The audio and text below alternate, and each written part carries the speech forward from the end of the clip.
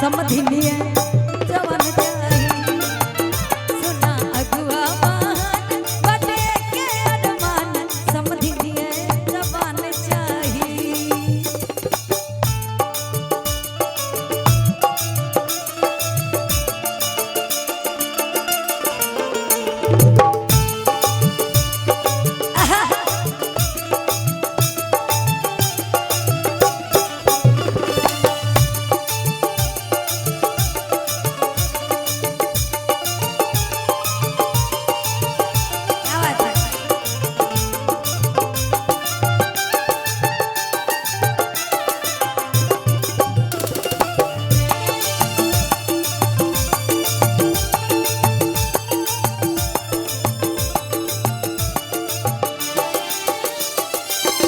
सुंदर डिमांड करे थे कहा करे भले कम दी हाँ 2 रुपया दहेज में बाकी मोर बबुआ के राखे करेज में।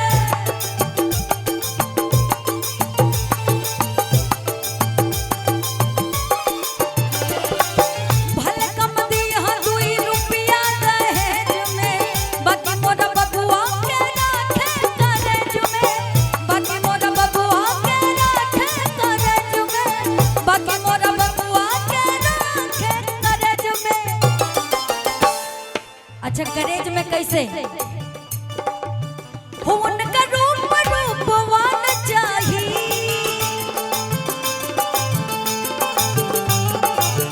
हो उनका गुण गुणवान चाही सुना अगुआ मान बटे के अरमान समधिनिए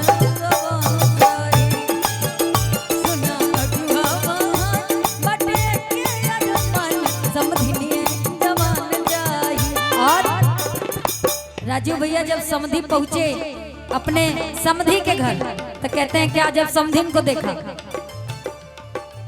हमें तो लूट लिया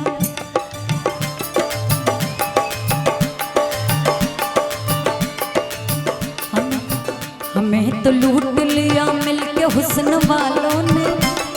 अच्छा कितने रंगदार वो समधी रहे होंगे हाँ? कि गए हैं बेटा की शादी करने लेकिन कह क्या रहे हैं हमें तो लूट लिया मिलके हुस्न वालों ने हमें तो लूट लिया मिलके हुस्न वालों ने। गोरे गोरे गालों ने काले काले बालों ने गोरे गोरे गालों ने काले काले बालों ने। अच्छा मृत्युंजय भैया की धर्मपत्नी इधर बैठी है एक बार हाथ उठाइएगा भाभी कहाँ है।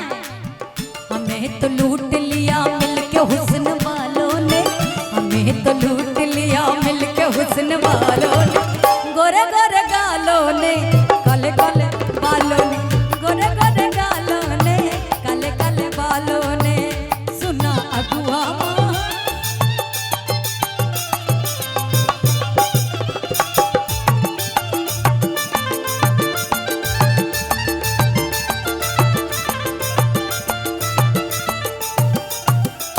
ये देखिए ऐसे ही समझे रहे होंगे उस टाइम। मुकेश भैया तनी उन्हें समझी पे नजर जाए तो दिखाइएगा वैसे ही है ना। हाँ कहा तारे ना चाहिए हमारा के कूलर और टीवी पढ़ा लिखा चाहिए हमारा बबुआ के बीबी।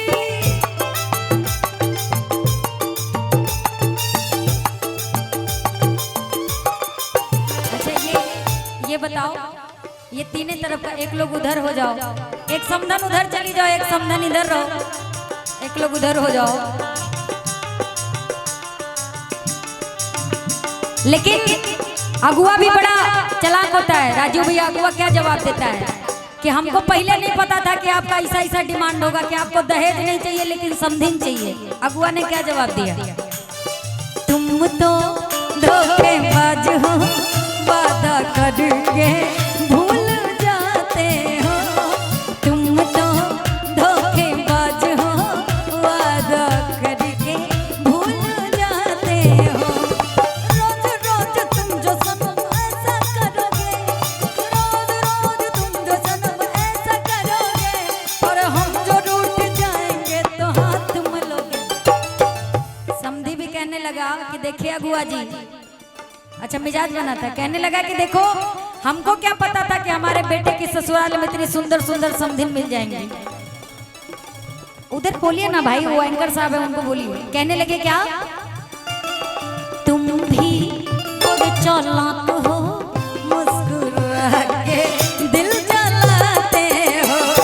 तुम भी बड़ी चालाक हो, मुस्कुरा के दिल जलाते हो।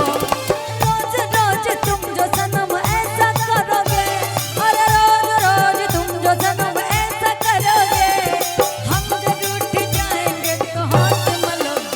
आह तुम तो धोखेबाज हो, वादा करके भूल जाते हो।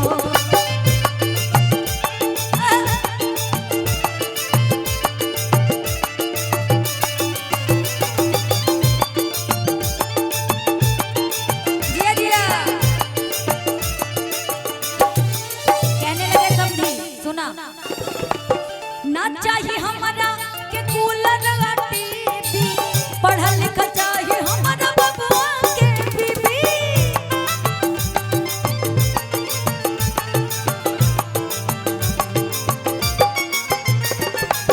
ना चाहिए हमारा के कूलर टीवी, पढ़ा लिखा चाहिए हमारा बबुआ के बीबी। पढ़ा लिखा चाहिए हमारा बबुआ के बीबी, पढ़ा लिखा चाहिए हमारा बबुआ के बीबी। और कहने लगे क्या, होने मन कुल खानदान चाहिए, और उसके ऊपर एगो साली, और एगो साली सयान हो, एगो साली सयान चाहिए। अब अरे सुना अगुआ मान बटे मान, समझने जवान।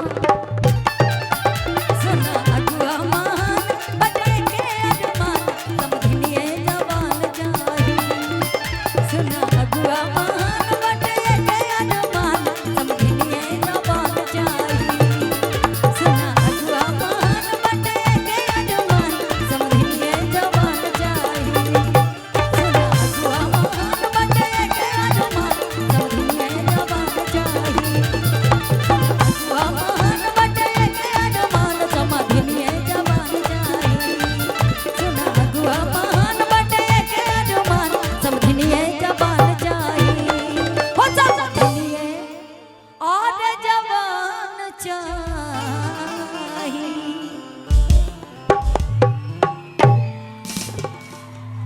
अच्छा लगा आप लोगों को? सच बताइए। बहुत बहुत धन्यवाद, थैंक यू सो मच।